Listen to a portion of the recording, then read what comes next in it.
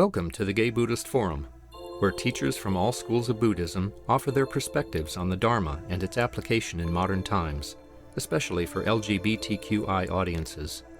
These talks are offered freely to the world and made possible by appreciative listeners. If you would like to support our efforts to share the Dharma with underserved audiences, please visit gaybuddhist.org. There you can donate, find a list of upcoming speakers, or enjoy many hundreds of these recorded talks dating back to 1996.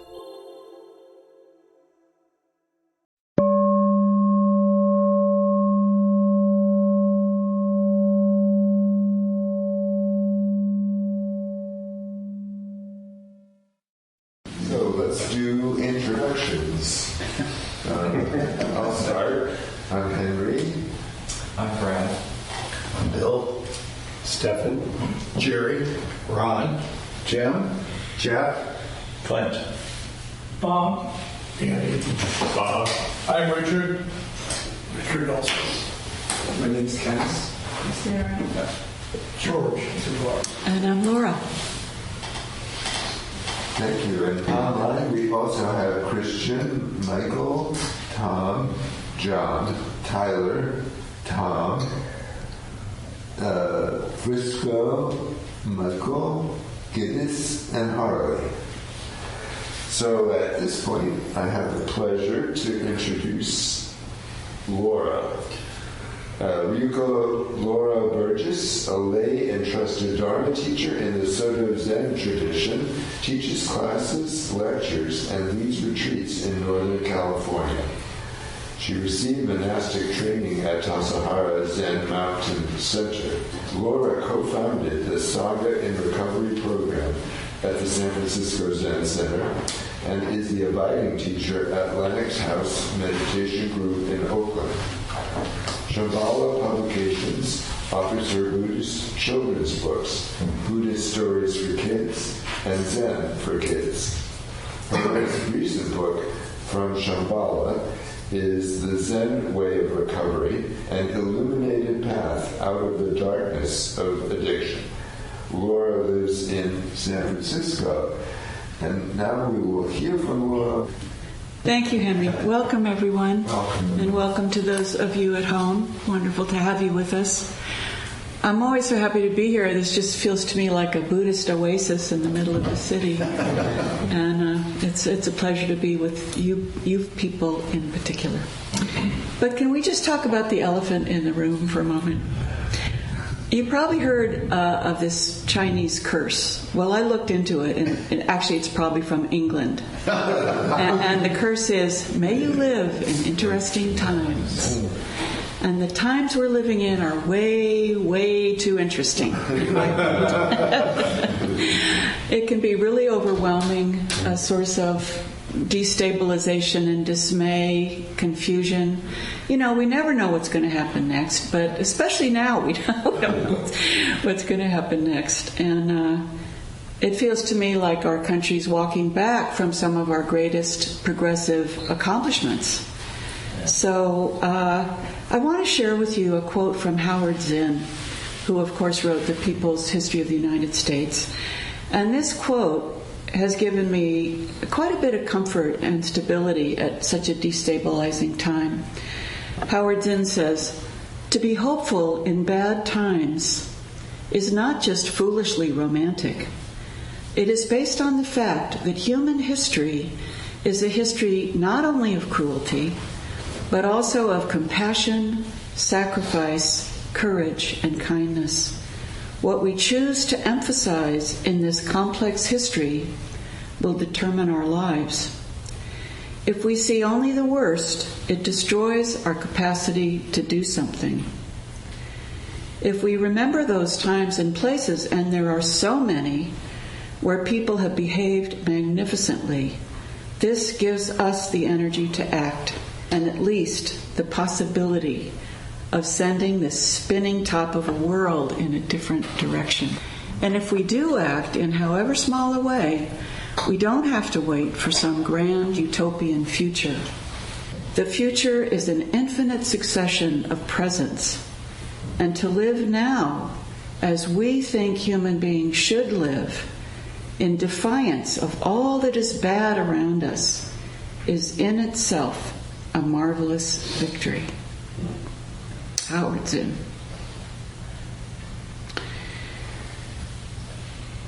And when, I like to talk about whatever I happen to be going through, and I really feel right now that practice is a bridge over troubled water.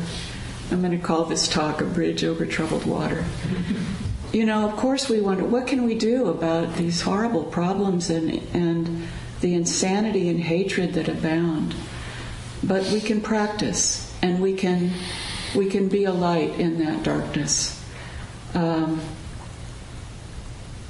I'd like to share some teachings with you that have been a great help to me from the Buddhist scholar Stephen Batchelor, an English scholar.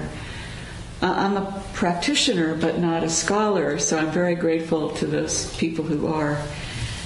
And in his book, Buddhism Without Beliefs, he tells us that Buddha stood up from his seat under the Bodhi tree, and he returned to the group of wandering mendicants that he'd been a part of.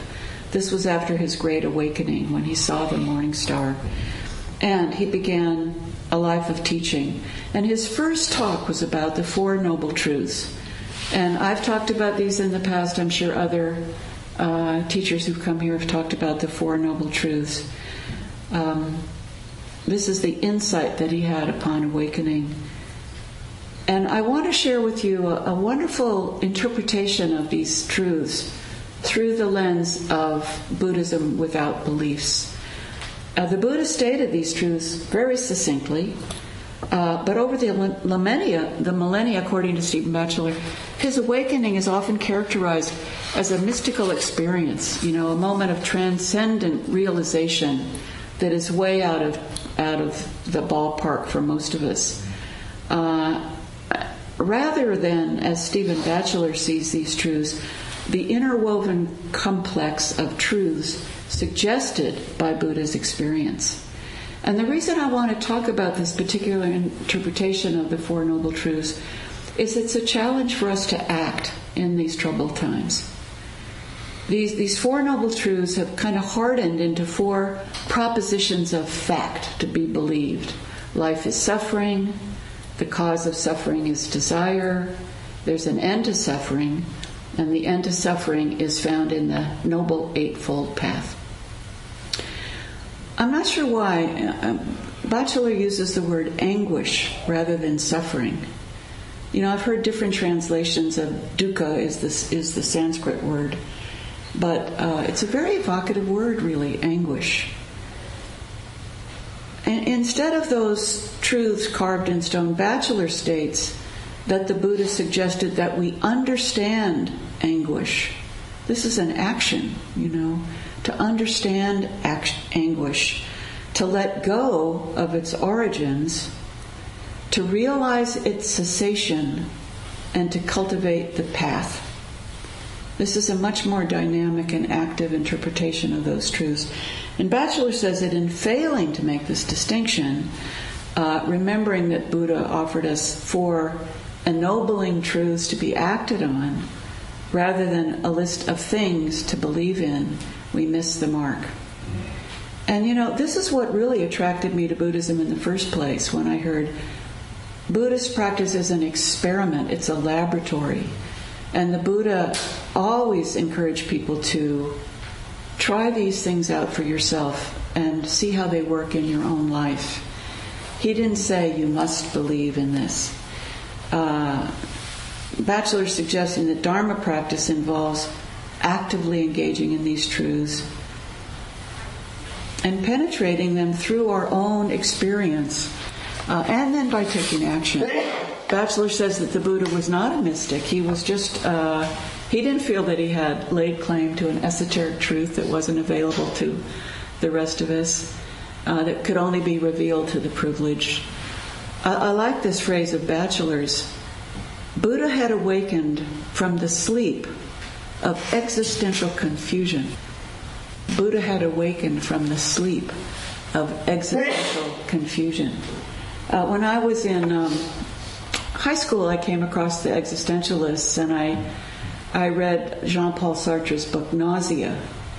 And this enabled me, when people asked me how I was doing, to say, just a touch of existential nausea. I'll be okay, you know. The first two truths, anguish and its origin, describe our dilemma. Anguish and its origin, that's our dilemma. And the second, cessation and the path, point to the resolution of this dilemma. Buddha awoke to a set of interrelated truths rooted in the experience of here and now, and he experienced them as ennobling. I think this is really key, and I don't think we focus on this enough. The noble truths, the four noble truths, they're ennobling because they allow us to understand and work with and in some ways transcend suffering and make use of I feel like, as a person in recovery, to make use of our suffering to connect with other beings, to recognize our deep interconnection with one another. So not propositions to believe in because someone we admire says so, but challenges to act. Buddha described himself as a healer rather than a savior. I've been studying cults, and it's so fascinating the things that cults have in common. And one of them is a charismatic leader that claims to own the truth, and that if you don't follow this truth, you're going to, burn in hell or whatever. And so that Buddhism gives us our own agency, to me, is so important. The Four Noble Truths can be seen as a diagnosis, a prognosis, and a treatment. So Batchelor compares this to the story of Alice in Wonderland, and I find this quite charming. The bottle of anguish has the label, "Understand me." Understand anguish in our own lives. Watch what's happening when suffering arrives. How do we get stuck? What do we cling to? What unskillful acts and ways of being do we cling to out of habit that cause suffering to ourselves and others? This is an invitation to look deeply into the causes of our suffering, into Buddha's enlightenment about the truth of sickness, old age, and death, and to penetrate the truth of impermanence through our own experience, and to stop trying to distract ourselves in countless ways from the truth of our fleeting lives. Batchelor put it this way: if we ignore a powerful wave, it can crush us. But if we turn and face it and dive right into it, it's only water. I really love that analogy. The second noble truth has the label, let go. When we practice with our afflictive emotions, with our anger, our envy, our hatreds, our addictions, we come to see that they are impermanent, transient, conditional. The first truth, to understand anguish, is not separate from the second truth, because in understanding the nature of suffering, of anguish, we can more easily let go of it. And the nature of anguish is this sticky quality. I've said to you before that in studying the brain, I've heard this phrase over and over again, and I've shared it with you before, that our brain is like Velcro for negative experiences and like Teflon for positive experiences. You might say that is a recipe for suffering, to cling to those unfortunate things that happen to us, to wallow in our guilt and shame. This is not only experiencing anguish, but increasing and deepening it in our neural pathways. Letting go of craving isn't rejecting it, but allowing it to be what it is, a temporary state of mind that will pass away. Batchelor says the sudden gap in the rush of self-centered compulsion and fear. I love that. The sudden gap in the rush of self-centered compulsion and fear allows us to see with unambiguous immediacy and clarity the transient, unreliable, and contingent nature of reality. In revealing life in all its vulnerability, it becomes the doorway to compassion. Why? Well, because we're all in this together. None of us is separate from this truth or immune to it. In the cessation of suffering, we recognize that conditions arise and pass away moment by moment. And in Buddhism, we call this emptiness, the infinitely creative dimension of life. And Batchelor says that this dynamic whispers its own label, realize me. And we do have the capacity to realize this clearing in the center of our life, this clearing. But we tend to glimpse it and then it fades away. You know, we have these moments of clarity, these moments of great understanding. We feel almost sometimes in our heart a wave of compassion before we've even noticed it in our mind. It wells up in our heart. You know, I saw a woman on the sidewalk this week, and I thought, oh, someone will come and help her. I thought, wait a minute, that's supposed to be me. So I pulled over and I went to her, and I thought she was dead. And I shook her. She felt so stiff. At this moment, another woman walked up and we conferred. And as I shook the woman on the sidewalk, she kind of roused herself. The other woman and I were looking at each other. What should we do? I suggested she call an ambulance. But somehow this woman, who was clearly Russian, she reached in her purse, which was lying there on the sidewalk, and showed us this voucher she had for a cab to a methadone clinic. Well, I've been in recovery since 1985, and when I see someone like that, I say, that's me. You know, that's me lying on the sidewalk. That's any one of us lying on the sidewalk. And when we think of the goddess Avalokiteshvara with her 100 eyes and 100 hands, we are those eyes and hands. You know, we are those who are called to help. So I've prayed for that woman many times since I saw her. That's practice in action, right? It's not just driving by and hoping for the best. Without practice and cultivation, our glimpse of the truth is very fleeting, and we're back in the cycle of craving and resentment and unsatisfactoriness again. We're back on this treadmill of fear and denial.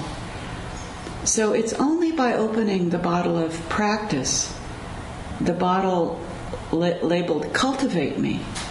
This was what we were doing together for 30 minutes, sitting upright in the midst of a crazy world, together,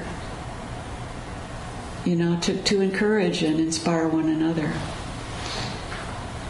Of course, this path to be cultivated is outlined in the Noble Eightfold Path, where Buddha went on to outline an ethical way of life, right livelihood, right understanding, right path, right cognition, similar to the work that those of us in recovery do when we work the 12 steps. You know, we step on a path of ethical behavior in the world. The Noble Eightfold Path includes right view, right intention, right speech, etc. And these, I'm sure these 8 aspects have been covered here before over these years, and I'm sure will be covered again. I really appreciate this interpretation of the Noble Eightfold Path and the Four Noble Truths, that they aren't a dusty set of beliefs concocted by a saint who's so far beyond all of us under a tree 2,500 years ago, but a dynamic way of life that's offered to us as a kind of prescription for our own anguish and the anguish we see around us. And an invitation to practice actively in our own lives.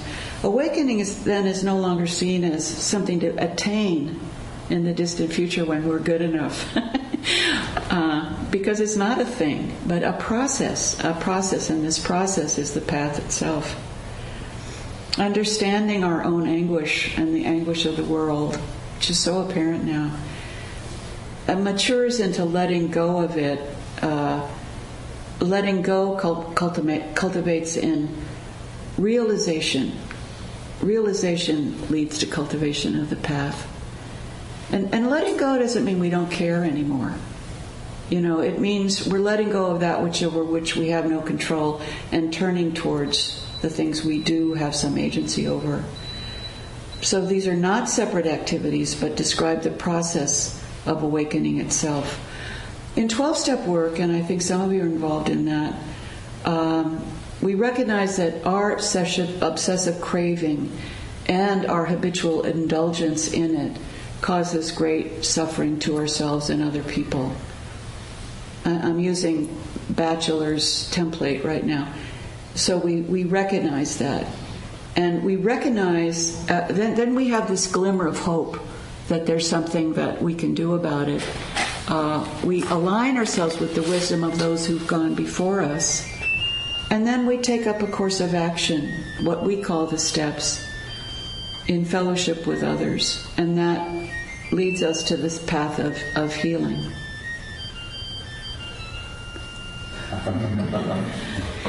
I saw a wonderful documentary about Kurt Vonnegut, and you may have seen it on Netflix.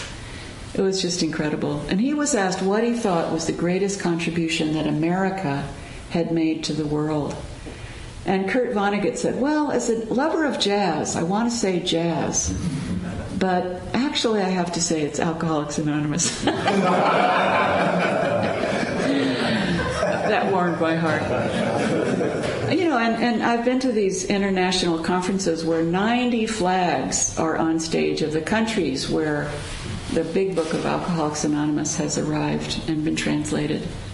These are Muslims, Jews, Christians, agnostics, atheists, Buddhists. Batchelor says that some scholars and practitioners will say that you cannot say you're a Buddhist unless you believe in reincarnation. Buddha believed in reincarnation in the context of the times that he lived in and the Hindu beliefs that he'd been raised with. And in fact, he could talk about his many previous lifetimes. And really these stories of his previous lifetimes, when he was born as a monkey or as a crane or as a lion or as a wise old woman, these were his parables or teaching stories for his adult followers. And I chose 10 of those stories to rewrite and reimagine in my book, Buddhist Stories for Kids, available in the lobby. If you know a child or, actually they're fun for anybody to read. I had so much fun writing that book. And it's beautifully illustrated by Sonali Zohra, a Bangladeshi artist. She really brought those stories to life. The idea that life continues somehow after death is central to many religions. Evangelical Christians, as I read about cults, if you don't follow this path, you're going to suffer terribly, is a tenet in most of these cults. I'm not saying Christianity is a cult, although in some of the sects, that's certainly an aspect of it. And evangelical Christians apparently feel that the belief that you will burn in hell for eternity unless you follow that way of life is the only way to keep people in line. A wonderful priest, a wonderful evangelical preacher, African-American man who was grew up in the faith and became quite a preacher himself. When he saw children starving in Africa, and he knew that they were going to go to hell according to evangelical beliefs, he thought, how could that be? If God consigned those babies, or anybody who hasn't heard the gospel, to hell, what kind of God is that? He's worse than Hitler. Well, he was expelled from his church, but he started a church that was very open to LGBTQ questioning to us. People of all stripes, all colors, all denominations, with a much more open heart and a much more accepting and loving, and I say more Christian, approach. As I love that story. Batchelor has a refreshing approach to some of these ideas. The idea of reincarnation is tied up with the notion of karma, that if we have ethical behavior in this life, we will be rewarded somehow in future lifetimes. But Batchelor has a very refreshing approach to some of these ideas, and He offers the alternative of cultivating a healthy agnosticism. If ideas arise in the teachings that are helpful to us, of course, we can embrace them and practice with them. But we can have a dynamic relationship with them, with the teachings. In terms of reincarnation, for example, it's okay to just firmly state that we just don't know. And I may have shared with you, I ran into one of my former third graders at Point Reyes, and she said, "You may not remember me, but I was in your class." I said, "Anna, not only do I remember you, I remember when you raised your hand and said, 'Laura, what happens after you die? I forget.'"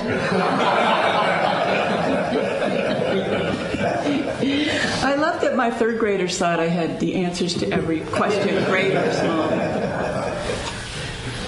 One of my boys asked me, "Is Reno really the biggest little city in the world?" And I know I've shared with you the story of two of my third graders talking in the hallway, and Talia said to Tessa, "Would you rather be buried or cremated?" And Tessa said, "I don't know, surprise me."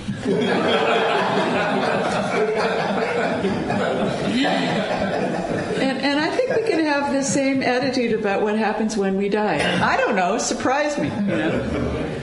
We really can't know. You may disagree with this, but I'm with Batchelor in this one. In Buddhism, we can just not know. It's okay to not know. Only don't know is a Zen phrase. I've seen it on T-shirts. Only don't know, Zen phrase. So many of the troubles in the world are caused by people who are absolutely sure they're right. Suzuki Roshi died before I came to Zen Center. I never got to meet him, but his students told me that he would not discuss reincarnation. What he said was, it's this very life and this very moment that we should be living wholeheartedly, without thought of the results. He would just say that to his students when they asked him about it. At my father's funeral, my teacher, Linda Cutts, officiated at my dad's memorial service. And she said that Suzuki Roshi's conception of reincarnation was expressed by him when he was standing at the foot of Vernal Falls in Yosemite. And he said to the student he was with, at the top of the falls, the water flows along as a body. And then it goes over the falls and breaks up into individual drops. And at the bottom of the falls, it rejoins the river. And this was his conception of our life. We're like those drops. Actually, we're all part of the water. So we have this illusion that we're separate. And I really love that our life springs forth from a mystery. That we have these fleeting lives, and then we return to the mystery. In a Buddhist funeral, we say that the person has entered the great mystery. So rather than taking on the teachings and having them harden into beliefs, kind of a didactic pitfall of just, I have to believe this if I'm a Buddhist, we can practice with an open mind and heart. It's said that the Buddha's last words were, "You must be a lamp unto yourself." Alternatively, I've heard that they might have been, "This pork should have been cooked a little bit more." So we don't really know for sure.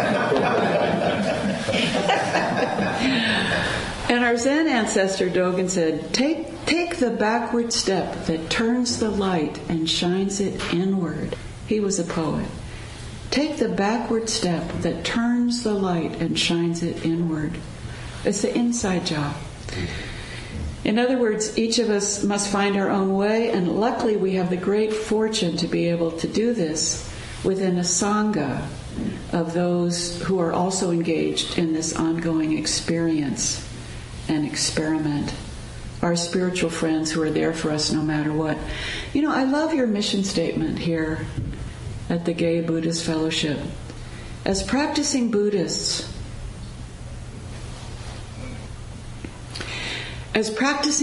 we cherish the unique potential of each individual and each individual's unique mission in the world that only they can accomplish.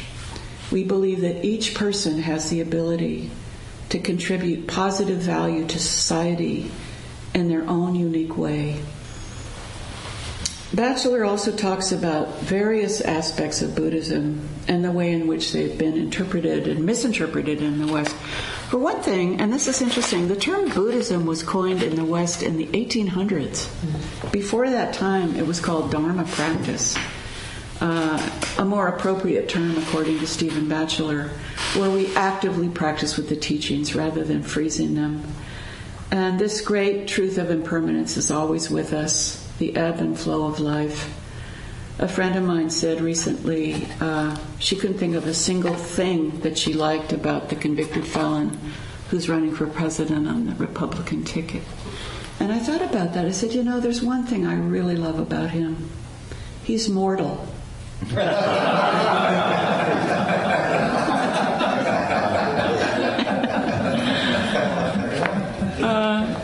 Today we've been exploring Buddhism Without Beliefs by Stephen Batchelor. And at the elementary school where I taught for many years, our fantastic music department would teach the kids the inspiring and motivating and deeply meaningful songs of the civil rights movement. And I'm going on a little bit long, but can I read you something? So after the election on November 8th, 2016, we gathered in the music room at the San Francisco School as Doug Goodkin, a legendary music teacher, led the students in a song about a gray goose. And we joined in on the chorus. It's an African-American song about a goose that, despite others' repeated efforts to destroy her, survives and flies deep into the sky, a long string of goslings behind her. I wondered why Doug had chosen this song for this occasion, but when we finished, he said that each of us has a gray goose within us that can take flight and free us. No one can touch it. No one can take it away from us. There's a place inside each of us that is sacred and inviolable. No matter what happens in the world, no matter how dark the times, the bright wings of freedom are within each of us. This is your mission statement, right? Doug said to the children, you may not understand it completely now, but someday you will know that today is an important day in our country's history, a day when many of the values that this school stands for are in danger. Democracy, social justice, personal responsibility, the beauty and power of diversity. And later, when you do understand, I want you to look back and remember that on this day at our school, we gathered and we sang. So I would like to conclude with a song with you all, if you'll indulge me. And this is one of those beautiful African-American songs of freedom and connection. So we'll do it as call and response. I have no idea what this is going to sound like on Zoom, but I think we can enjoy it. So if you care to join me, you can repeat what I sing. Let your little light shine, shine, shine. Let your little light shine, shine, shine. Let your little light shine, shine, shine. Let your little light shine, shine, shine. There might be someone down in the valley trying to get home, trying to get home. There might be someone down in the valley trying to get home, trying to get home. It may be two, it may be three, it may be you, it may be me. It may be two, it may be three, it may be you, it may be me. There might be someone down in the valley trying to get home, trying to get home. There might be someone down in the valley trying to get home, trying to get home. Thank you so much. We're all just trying to get home. So we have some time for discussion, and I hope something I said rang a bell or stirred you in some way or made you think about your own practice or your own recovery if you're a person in recovery. Yes. So, Yes. so Laura, I've been reading that book also, or I started reading it, and I also have found it very engaging and fascinating. Buddhism Without Beliefs? Yes, Yes. Buddhism Without Beliefs. Mm-hmm. And I guess the part that I don't quite get is, where does meditation fit into that view? And is meditation somehow about a transcending experience, or is it just a kind of contemplation? Oh, that's a wonderful question. You know what I find about Buddhist scholars is they don't often talk much about meditation. Some of them do, but they kind of gloss over that sometimes. But for me, the practice of meditation is deeply embedded in these Four Noble Truths. That is the cultivation part. The bottle that says, "Cultivate Me," it only happens when we're sitting still. It doesn't only happen. The point is that when we sit still and follow our breath, especially if we do it with other people, then we stand up and we do something. When I had my very intensive monastic training at Tassajara, we sat many, many periods of meditation every day. We studied Buddhism. We chanted together. Sometimes we sat for 7 days in a row. That's called a sesshin, with breaks for meals and sleep and walking meditation. That is the cultivation, because that's how we get to know ourselves so very deeply. I don't think meditation is extra or inconsequential at all. It's sort of the groundwork that Buddha's teachings were based on, right? I mean, he came to these realizations by sitting still. He sat down under that tree and he said, "I will not move from this place until I achieve enlightenment." And so that the meditation itself is our experiment, is our grounding, we look like we're sitting still, but it's an action. And it's a noble action, and an action. In that guided meditation, I said, I'm ready to act with courage and integrity. And just to take our seat in the middle of a crazy world and sit up straight and follow our breath and get to know ourselves in a way that helps us work with our unskillful ways of being in the world, so that when we get up and walk out into the world, we're a more compassionate, honest, helpful, kind person. It's all about that to me. It's not abstract. I think in some of the Buddhist... Actually, when I was at Tassajara and I had to read Buddhist texts, sometimes I read Carlos Castaneda because it was more fun and kind of said the same thing. I don't know, some of these Buddhist texts can been, for me, very challenging and very dry, because I'm more interested in the dynamic outcome of practicing in this way. Is that helpful? Mm-hmm. Yes. Yeah, thank you. Thank you for that question. Yes. Jeff, you might have to help me out here, but today is sort of a teacher appreciation day in India. In India, it's called Guru Purnima. There you honor your teacher and the teachings. Oh. Yeah. And I woke up this morning and I had seen somebody, a friend of mine's a yoga teacher in Berlin, and he had posted about this, and it really touched me. But it made me think about all the teachers that I've had. Mm-hmm. And I'm old enough to have had a number of teachers. Mm-hmm. And I was thinking, the teacher is sitting right here in front of us. Yeah. I just was very moved by your talk today, and appreciate your teachings. And so honor that today on this day where we appreciated our teachers. So thank you. Thank you very much. Yeah. Thank you for that. And also, you gave that quote about shining the light within, and you look within, and that is what meditation is, a lot of what it is. That's exactly right. That phrase comes from Dogen's instructions for Zazen meditation. Yeah. Right. And just to point out, of course we don't worship the statue. Right. This is the Buddha gives us an example of someone who lived in this way, mm-hmm. as an inspiration and model to us. Mm-hmm. So thank you for that. No, thank you. This has been beautiful. I appreciate you saying that. And if you thank a teacher, thank a male person, thank everybody. You know? I mentioned and everything. I thank everything. Yeah. I mentioned Goodkin. We took a walk recently, and he was in New Orleans doing a jazz class there, and he was thinking about this phrase: "If you see something, say something." You know, they're talking about a luggage on the ground that may have something in it. And he said this to his class: if you see something, say something. If you see something you appreciate, say something. You know, stop somebody on the street, say hello. I mean, that can be dicey.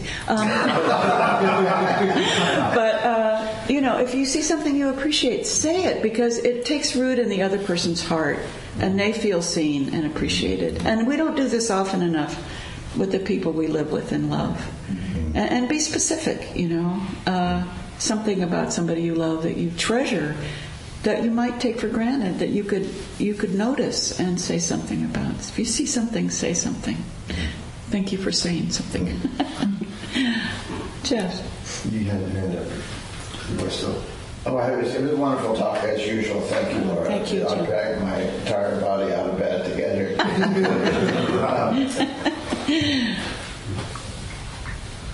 I find that one of the things that's transient in my life is a sense of equanimity.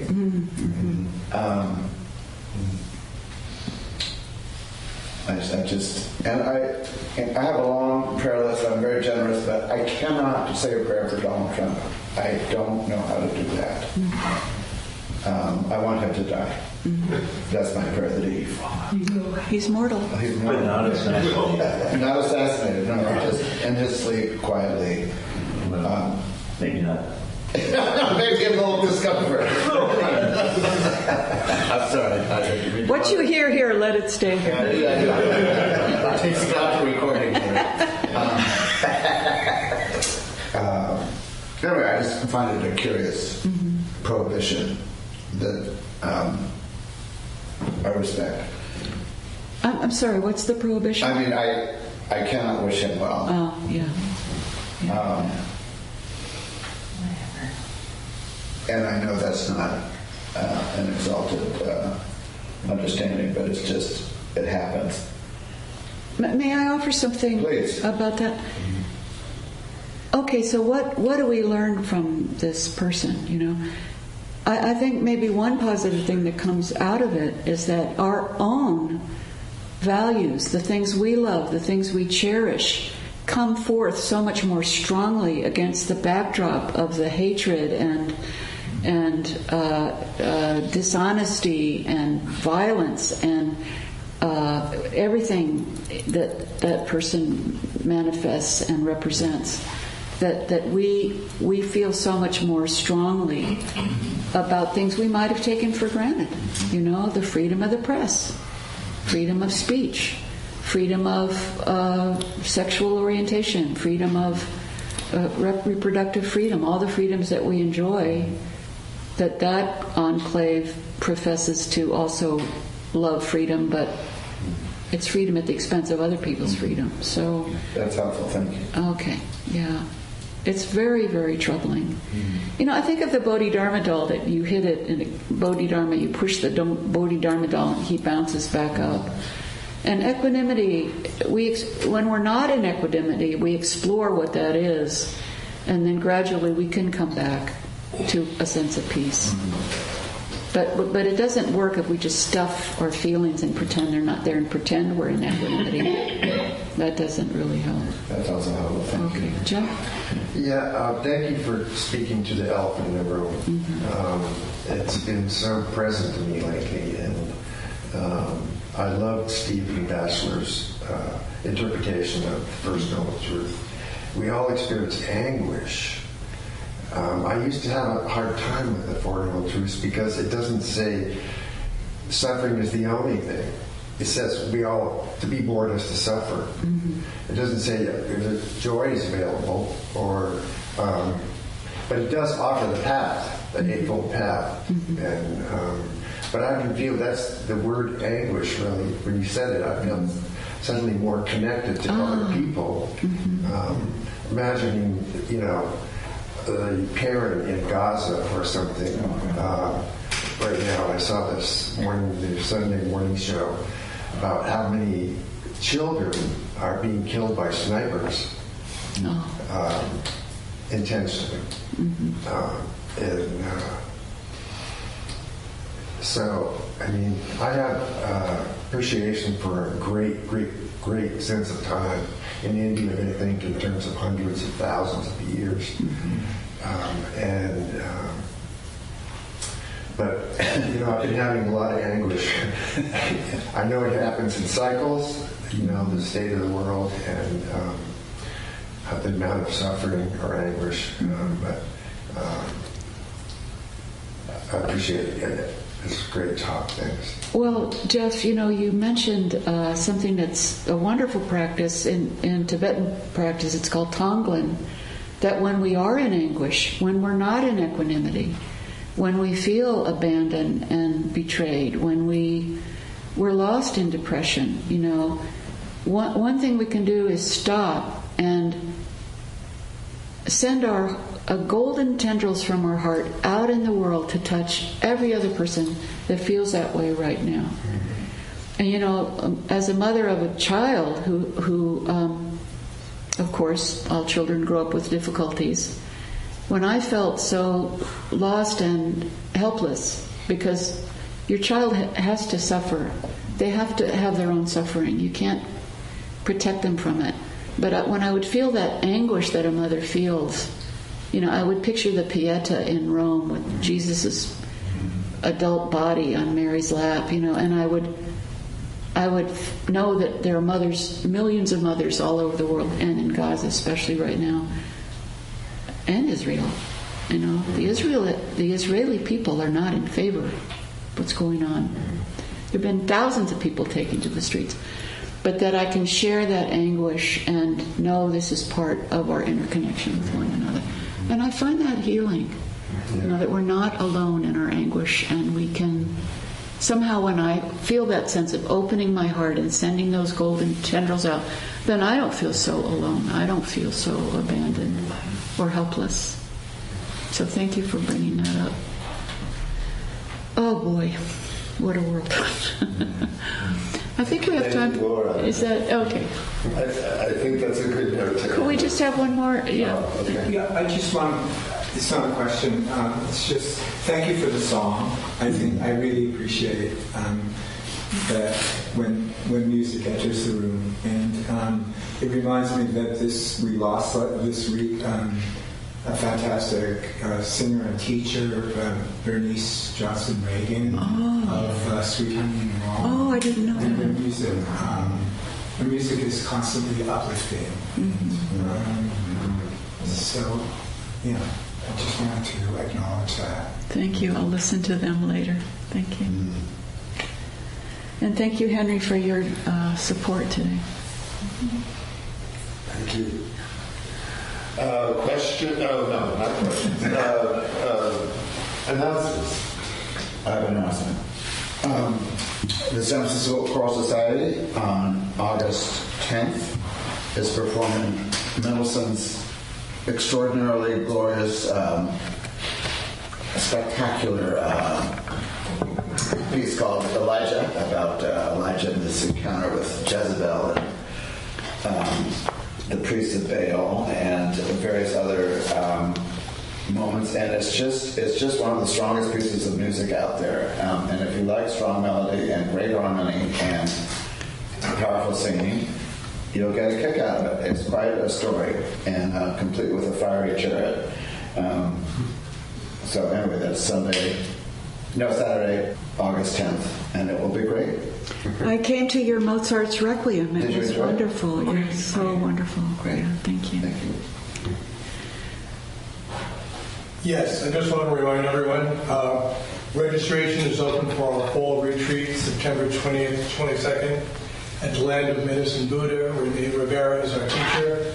And if you haven't been to Land of Medicine Buddha, it's kind of the Ritz of retreat spaces. It's just beyond fabulous. And there's information on the website. And if you have any questions, there's a contact me, and I'll be happy to answer them. Buddha in his fabulous expression. Do we have a host? I am the host. So, and this time I'm working with a script. Please stay and enjoy the company of the Sangha. There are refreshments and hot water for tea. I've provided the treats. You can forage for yourself. If you use a cup, please wash it with hot, soapy water and leave it to dry on the rack. Or you can just leave it there and I'll deal with it at the end. I'll be going around with the Donna Bowl to accept contributions to cover our expenses. Your generosity is appreciated. Donations ranging in the range of $10 to $20 help the Sangha meet its expenses. These include an honorarium for our Dharma speaker, rent for this beautiful center, we haven't worked on Larkin Street yet. Our quarterly newsletter, mailed mostly to people in prison, and there are some samples that are outside. There's a newcomer's sign-up sheet on the credenza. If you wish to be included and receive our Sangha membership directory, please sign up and include contact information you wish to share with the group. Some members go out for lunch after the meeting. Everyone is welcome to join them. The group meets at the front door around 12:30. And I just want to highlight again, I think you said you have provided books for sale? Yes. So besides the honorarium, you do purchase. Thank you. Yeah, my book, Buddhist Stories for Kids, is out there, and also The Zen Way of Recovery. For you or someone you love. Yeah, I really apologize for talking about Trump the way I did. It's not fitting in this environment. It just reflects the torpor and the miasmatic inner life right now. Well, I agree with what you said, so. This is an environment of truth. Yes. Maybe that returns I recorded. I think many of us have similar feelings. You know, I was at a ceremony once, and somebody talked about, this was way back, praying for Dick Cheney. And somebody said that they knew somebody who lived near Dick Cheney and that he was a really great person to go fishing with. He was very amiable. And I so wished I'd said, well, I might go fishing with him, but I'm not going hunting with him. Because you remember, he shot his friend in the face with buckshot, and his friend ended up apologizing for getting in the way. All your prayers resulted in his daughter, right? Liz Cheney. She's one of my heroes. She really is. Yeah. Thank you, Ron. That's problematic. Dedication and merit. Robert, do you want to lead the dedication?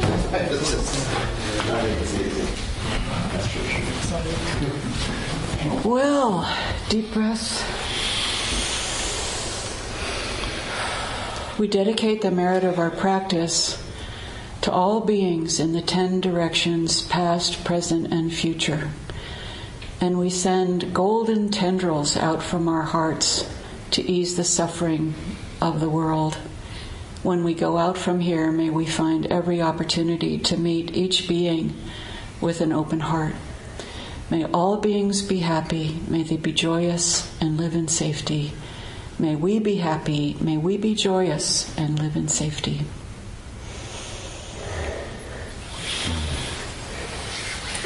Thank you for having me here. Thank you.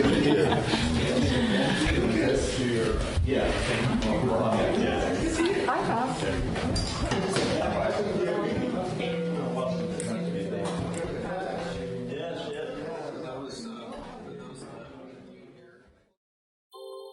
Thank you for listening to the Gay Buddhist Forum. If you would like to hear several new talks per month and be notified of upcoming speakers so you can participate live, please subscribe to this podcast, like us on Facebook, and join our mailing list by visiting gaybuddhist.org.